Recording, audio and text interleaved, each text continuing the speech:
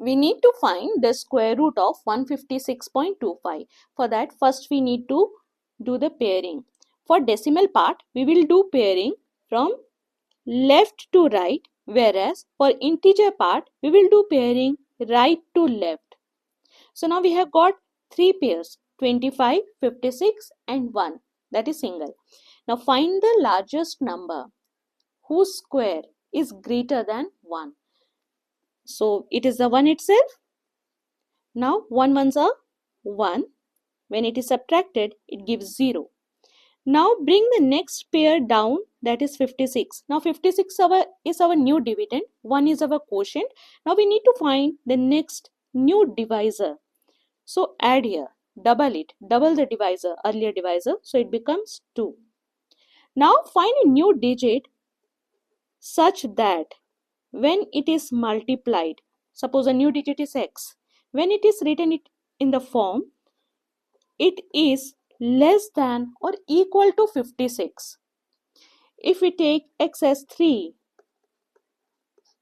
it is 69, which is way more greater than 56. So let's consider 22.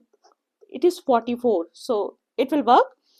So now write 2 in divisor here and 2 in quotient and multiply it with 2. So now we got 44. 22 into 2, that is 44. Subtracted, it is 12. The new quotient that we got now is 12. Now let's make the new divisor.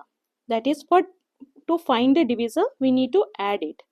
So here 22 plus 2 is 24. Bring the next pair down, which is the decimal part. So we'll put a decimal point here in the quotient. Now find a number, new number, such that when it is multiplied, it is greater than or equal, less than or equal to 1225. Let's consider 5. 245 multiplied 5. It is 1225.